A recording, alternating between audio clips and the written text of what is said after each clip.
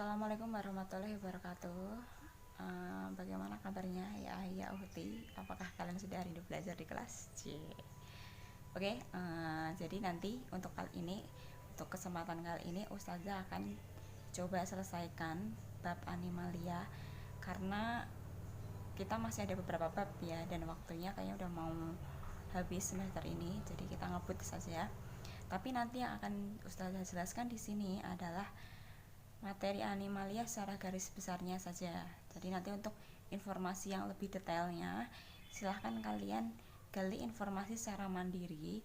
Kalian cari informasi dari sumber manapun, bisa internet atau buku-buku yang berkaitan dengan animalia. Karena kan mumpung sekarang di rumah ya, kalian bisa akses informasi lebih leluasa lagi. Jadi silahkan nanti cari secara mandiri untuk informasi-informasi tambahan yang lain. Nah, untuk yang pertama yang akan Ustazah bahas adalah masalah karakteristik hewan. Yang pertama untuk karakteristik hewan, jadi hewan itu yang pertama adalah dia pasti eukariotik, tidak ada hewan yang prokariotik, ingat. Terus yang kedua adalah semua hewan itu dia adalah multiseluler, artinya setiap tubuhnya dia tersusun atas banyak sel. Yang ketiga, sel hewan itu dia tidak memiliki dinding sel, ingat, sehingga hewan itu dia lebih cenderung tubuhnya tuh luas, lebih fleksibel, maksudnya lebih bisa digerakkan daripada tumbuhan. Terus berikutnya adalah semua hewan itu dia adalah heterotrof, artinya dia tidak bisa membuat makanan sendiri, sehingga hewan itu dia bisa mendapatkan zat organik itu melalui organisme yang lain dengan cara memakan. Terus yang terakhir adalah hewan itu secara umum itu dia bisa berpindah tempat, motil, jadi dia bisa bergerak dari satu tempat ke tempat yang lain, kecuali ada beberapa yang memang dia sifatnya sesil, artinya dia tetap di tempat. Nah, berikutnya animalia sendiri dia terbagi menjadi 10 film. Yang pertama ada Porifera, yang kedua ada Cnidaria, yang ketiga ada Stenopora, yang keempat ada Platyhelminthes, yang kelima ada Nematoda, yang keenam ada Annelida, yang ketujuh ada Mollusca, yang kedelapan ada Arthropoda, yang kesembilan ada Echinodermata, dan yang terakhir ada Chordata. Yang pertama untuk Porifera, pori itu adalah dia kelompok hewan berpori. Contohnya seperti gambar berikut. Berikutnya yang kedua ada Cnidaria, itu dia sebenarnya kelompok dari hewan berongga. Hewan berongga itu dia adalah hewan yang memiliki rongga tubuh, di mana rongga tubuhnya ini dia berperan untuk saluran pencernaan. Nah, Cnidaria ini adalah dia hewan berongga yang dia punya sengat. Contohnya ada ubur-ubur, ada hidra, ovelia, dan ada anemon laut. Berikutnya ada Stenopora, yaitu ubur-ubur sisir. Nah, Stenopora itu dia sama-sama hewan berongga juga, sama kayak yang Cnidaria, hanya saja dia nggak punya sengat. Dan dia ada beberapa sel yang ada beberapa bagian yang dia mirip kayak sisir. Nah, disebut ubur-ubur sisir. Berikutnya ada kelompok Platyhelminthes, yaitu adalah kelompok cacing pipih platy. Itu dia adalah kelompok cacing yang dia bentuknya pipih gepeng, seperti gambar berikut. Ada cacing hati, ada planaria, ada schistosoma, dan ada cacing pita. Berikutnya ada nematoda, yaitu cacing gilik atau cacing benang, yaitu cacing yang dia bentuknya kayak benang, kayak mie, jadi bulat memanjang dan dia tidak bersegmen. Contohnya gambar berikut, ada cacing tambang, ada cacing filaria, dan sebagainya. Berikutnya ada Annelida, Anoulus, itu dia adalah cincin, artinya dia adalah cacing yang dia bersegmen. Contohnya kayak cacing tanah, kayak lintah, kayak pacet, dan sebagainya. Berikutnya ada Mollusca, yaitu kelompok hewan yang dia bertubuh lunak, dimana hewan-hewan ini sebagian besar dia punya cangkang luar bagian, tapi ada juga yang dia punya rangka dalam. Contohnya kayak siput, kayak kerang, terus kayak oktopus, kayak cumi, kayak sotong, kayak piton. Ada juga yang siput telanjang, dan ada juga yang siput gading. Berikutnya ada Arthropoda, itu adalah hewan yang dia beruas atau bersendi, artinya dia tubuhnya itu dia terutama anggota geraknya itu dia terdiri dari ruas-ruas atau sendi. Contohnya kayak serangga, kayak kaki 1000, kaki 100, laba-laba, udang, dan sebagainya. Berikutnya ada echinodermata. Echinos itu duri, dermata, dermis itu kulit. Itu kelompok hewan yang dia berkulit duri. Ada timun laut, ada bintang laut, ada bintang ular, ada bulu babi, ada lili laut, ada dolar pasir, dan sebagainya. Nah, 9 kelompok filum animal dari mulai porifera sampai echinodermata, ke-9 filum tersebut dia termasuk dalam filum invertebrata.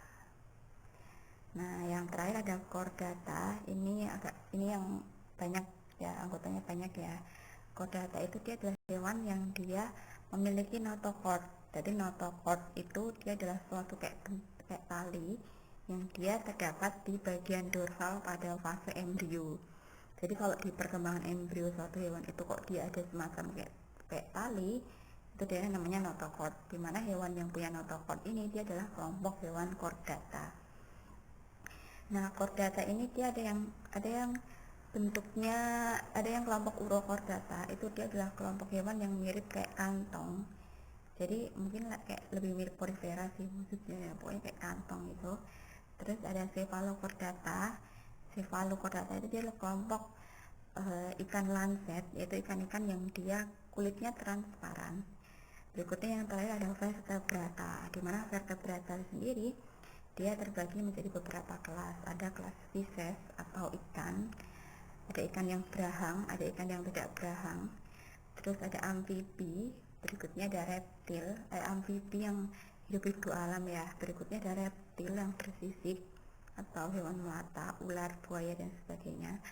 Berikutnya ada aves atau unggas, dan yang terakhir ada mamalia kayak kita.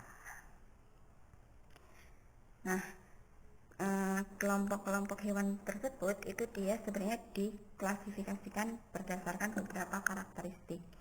Nah, di sini ada 4 karakteristik yang akan kita bahas. Yang pertama ada masalah lapisan tubuhnya, yang kedua ada rongga tubuhnya, yang ketiga ada simetri tubuhnya, dan yang terakhir ada reproduksinya. Nah, yang pertama untuk lapisan tubuh. Nah, jadi ceritanya hewan perkembangan embrio hewan itu dia dimulai dari pertama dari zigot, dimana zigot ini nanti dia akan membentuk struktur kayak buah arbe namanya morula. Nah, berikutnya dari morula ini nanti dia akan berkembang menjadi namanya blastula, dimana di struktur blastula ini di bagian tengahnya dia ada rongganya yang disebut dengan blastosol. Nah, blastosol ini nanti dia akan dia akan mengalami pelipatan ke dalam. Jadi lapisan luar ada salah satu titik yang dia melipat ke dalam. Nah, nanti dia membentuk gastrula. Dimana gastrula nanti dia akan mengalami gastrulasi dan akhirnya membentuk beberapa lapisan. Nah, di sini ini adalah contoh dari embrio katak. Kalian bisa lihat. Jadi ada 3 lapisan utama yang terbentuk dari gastrula tadi. Yang pertama ada epidermis atau ectoderm nanti. Terus berikutnya ada mesoderm, yaitu yang warna merah.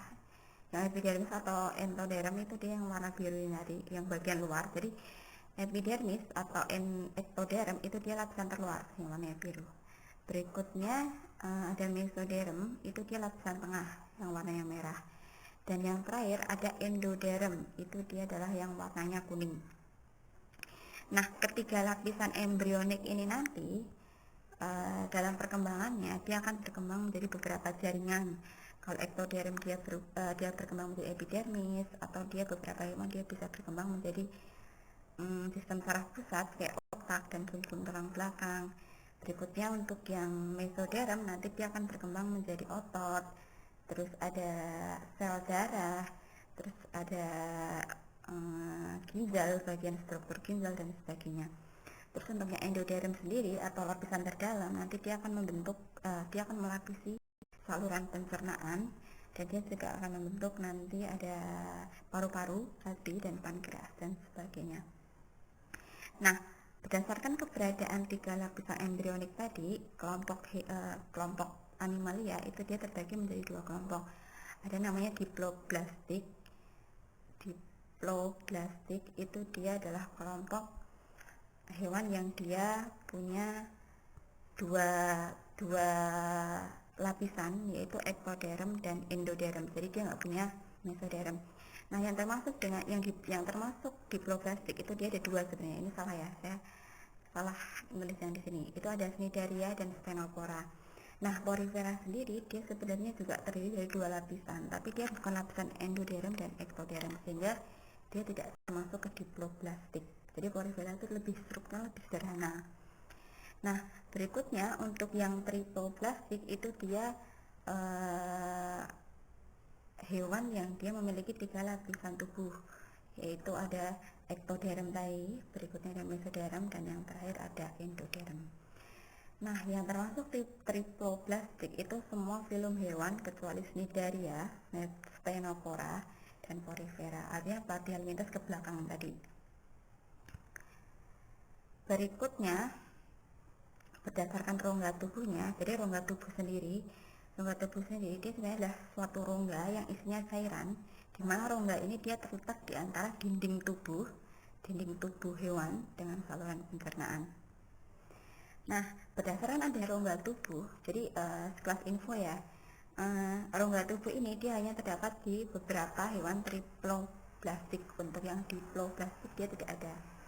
Nah, untuk yang berdasarkan rongga tubuhnya sendiri, hewan itu dia terbagi menjadi ada 3 kelompok.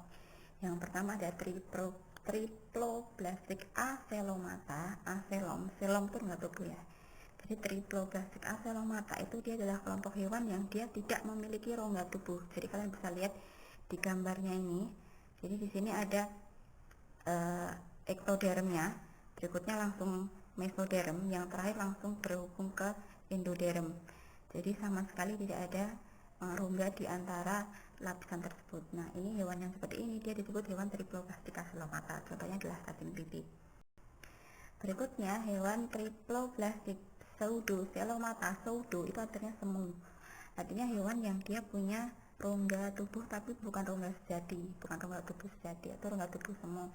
Nah, kenapa rongga tubuhnya dikatakan semu? Itu karena jadi rongga tubuhnya ini dia tidak diliputi oleh mesoderm semuanya. Jadi kalian bisa lihat di sini ada ektoderm yang biru, berikutnya yang merah ada mesoderm, berikutnya yang warna putihnya adalah rongga tubuhnya atau rongga semu ya, rongga tubuh semu, dan yang terakhir adalah endoderm. Nah, rongga tubuh ini karena rongga tubuhnya dia dikelilingi oleh mesoderm dan endoderm, artinya tidak dikelilingi oleh mesoderm semuanya. Nah, ini dia dikatakan rongga tubuh yang semu. Ini contohnya adalah kelompok nematoda. Nah, berikutnya untuk yang terakhir ada triploblastik celomata. Celomata artinya dia berarti kelompok hewan yang dia memiliki rongga tubuh sejati, di mana rongga tubuh sejati yang dimaksud itu dia adalah seharusnya letaknya itu dia di antara hanya diliputi oleh mesoderm. Jadi kalian bisa lihat di sini ada 2 rongga ya, yang sebelah kiri ini dan yang sebelah kanan dan yang sebelah kiri ini. Jadi rongganya ini dia dikelilingi oleh mesoderm. Jadi kalian bisa lihat yang biru ini adalah ektodermnya, yang biru ektoderm, yang merah dia mesoderm, yang kuning dia endoderm. Nah, rongga tubuhnya itu dia terletak hanya di antara mesoderm. Nah, rongga tubuh yang seperti inilah yang dimaksud dengan rongga tubuh sejati itu seperti ini. Ini contohnya adalah Annelida dan sampai ke belakang termasuk manusia ya. Berikutnya berdasarkan simetri tubuhnya, jadi simetri tubuh ini dia berkaitan dengan penyusunan dari struktur tubuh yang berkaitan dengan sumbu tubuh. Atau simetri, mungkin kok simetri itu apa ya, sesuatu yang dibagi sama lah. Nah, yang pertama untuk simetri tubuh itu yang pertama ada namanya simetri radial. Radial itu jari-jari ya. Nah, simetri radial di sini maksudnya dia adalah kelompok hewan yang dia bisa dibagi beberapa kali menjadi 2 bagian yang sama persis. Maksudnya, jadi kalian bisa lihat dari gambar ini penampakan yang ada di atas, ini yang penampakan dari samping. Jadi hewan simetri radial itu hewan yang dia bisa dibagi melalui beberapa titik ya. Dibagi ke sini dia bisa menghasilkan dua bagian yang sama, dibagi dari sini juga bisa menghasilkan dua bagian yang sama, bagi dari sini juga bisa menghasilkan dua bagian yang sama. Begitu pula yang kalau dibagi dari sini. Nah ini kalau dari samping seperti ini. Nah kelompok hewan yang dia punya simetri radial itu dia adalah kelompok hewan radiata. Nah ini biasanya kebanyakan kayak misalkan beberapa contoh echinodermata kayak bulu babi yang bundar itu, atau beberapa contoh dari Cnidaria kayak ubur-ubur dan sebagainya. Nah yang berikutnya ada simetri bilateral. Nah simetri bilateral B itu 2. Jadi simetri bilateral ini adalah suatu hewan yang dia hanya bisa dibagi di satu titik supaya terbentuk dua bagian yang sama persis. Di sini adalah dia cuma bisa dibagi melalui sagittal section. Jadi sagittal section itu yang ini, kalian bisa lihat itu adalah dia dibagi dari arah vertikal tapi memanjang dari itu. Jadi kalau dia dibagi dari secara sagittal section itu dia bisa terbentuk dua bagian yang sama persis. Kalau dibagi dari sumbu yang lain, dari bagian yang lain, dari titik yang lain, itu dia tidak akan terbentuk dua bagian yang sama. Nah berikutnya untuk membedakan radial dan bilateral tadi, kalian bisa perhatikan ya, kalau di bilateral itu dia ada sisi kanan dan sisi kiri. Jadi dia punya atas bawah, ada bagian atas bawah, bagian depan belakang, atau bagian mulut dan ekor, tapi dia juga ada bagian kanan dan kiri. Tapi kalau yang ini dia tidak ada bagian kanan dan kirinya. Jadi dia hanya ada bagian atas atau mulutnya dan bagian anusnya. Tapi kalau yang bilateral itu dia ada kanan kirinya, jadi ada depan belakang dan kanan kirinya. Nah kelompok hewan yang dia termasuk simetri bilateral itu dia dikatakan hewan bilateria, termasuk manusia juga termasuk bilateral simetrinya. Nah yang terakhir ada reproduksi hewan. Nah reproduksi hewan sendiri itu dia ada dua jenis, itu ada aseksual dan seksual. Nah aseksual itu adalah kelompok hewan yang dia reproduksi tanpa terjadi adanya peleburan gamet. Kalau seksual berarti dia reproduksi yang dia terjadi peleburan gamet. Nah yang pertama untuk yang aseksual itu contohnya ada pertunasan. Jadi contohnya pada Obelia dan Hydra, kan bisa lihat ini. Jadi dia bentuknya mirip tumbuhan ya. Nah ini nanti dia untuk Hydra dan Obelia itu dia akan pada beberapa tubuhnya dia akan membentuk suatu kayak tunas. Nah tunas ini nanti dia bisa terlepas dari induknya dan nanti dia akan berkembang menjadi individu baru. Nah berikutnya ada masih aseksual, yaitu fragmentasi atau pemutusan bagian tubuh. Jadi contohnya pada cacing planaria ya, yang dia tingkat regenerasinya tinggi. Nah pada cacing planaria kalian bisa lihat ya, ketika cacing planaria itu dia dipotong untuk yang A misalkan, kalian bisa lihat yang bagian kepala dipotong segini, nanti dia akan membentuk bagian ekornya ke bawah. Nah kalian bisa lihat ini. Berikutnya kalau misalkan planaria itu nanti dia dipotong bagian ekornya, nah nanti ekornya dia akan membentuk bagian atasnya, bagian kepalanya. Nah yang terakhir, kalau planaria itu dia dipotong bagian tengahnya, nah nanti bagian tengah dia akan membentuk bagian kepala dan bagian ekornya. Nah ini namanya fragmentasi.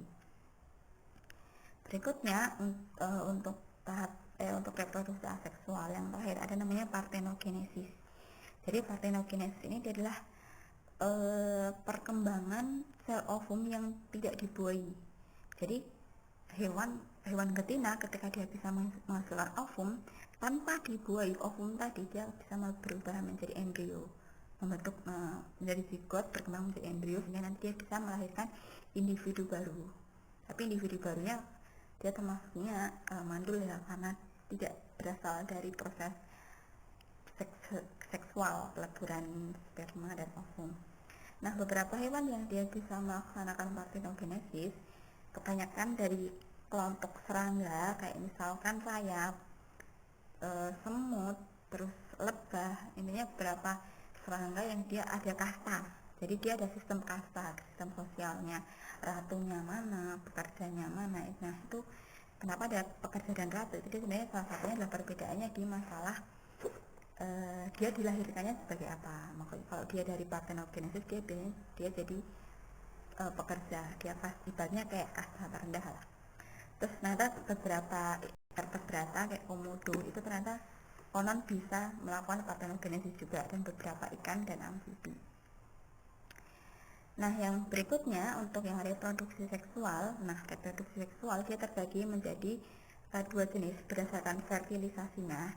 Tempat fertilisasinya, yang pertama fertilisasi secara eksternal atau dia jadi pembuahannya di luar.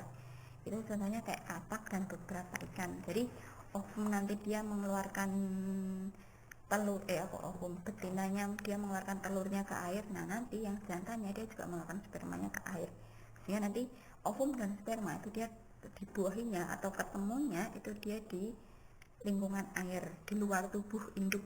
Nah, ini untuk hewan yang dia melaksanakan fertilisasi seperti ini dikatakan fertilisasinya secara eksternal. Nah, sebaliknya untuk hewan-hewan yang dia jadi hewan jantan yang dia mentransfer spermanya secara langsung ke dalam tubuh induk, itu dia namanya adalah fertilisasi internal. Nah, ini pada kebanyakan mamalia ya, semuanya mamalia dia internal, insya Allah. Berikutnya ada satu lagi istilah namanya hermafrodit. Nah, hermafrodit ini dia adalah kelompok hewan yang dia punya kelamin ganda. Di beberapa ikan atau cacing atau kebanyakan invertebrata ya, itu dia punya kelamin ganda. Jadi dia bisa menghasilkan ovum dan dia bisa menghasilkan sperma. Seperti itu. So, bagaimana? Kira-kira ada yang mau ditanyakan atau ada yang mau didiskusikan? Nah, yang terakhir untuk syarat presensi hari ini, caranya adalah jadi semuanya pasti sudah tahu tentang kartun SpongeBob. Jadi di kartun SpongeBob itu ada beberapa figur, ada beberapa tokoh. Yang pertama ada SpongeBobnya sendiri, yang kedua ada Patrick, ketiga ada Squidward, terus ada Tuan Crab, ada Sandy, ada Gary, dan masih banyak lagi. Nah, silahkan antum sekalian nanti untuk presensinya silahkan tulis di kolom komentar di video di bawah ini, dengan cara pertama tulis namanya, dan yang kedua adalah kalian sebutkan 3 jenis film yang ada di kartun tersebut. Jadi silahkan kalian tentukan 3 film yang ada di kartun tersebut, plus hewannya itu yang mana, tokohnya itu yang mana. Kalau misalkan ada Porifera itu siapa, terus berikutnya kalau ada Molluska itu siapa, seperti itu. Oke, ingat 3 film yang berbeda, harus 3 film yang berbeda, tidak boleh sama. Oke, Ustazah, kalau misalkan nanti masih ada yang dibingungkan atau masih ada yang mau ditanyakan, didiskusikan, silakan nanti bisa hubungi Ustazah secara pribadi atau bisa nanti tulis di kolom komentar. Jadi seperti itu. Oke, sekian akhir kalam. Wassalamualaikum warahmatullahi wabarakatuh.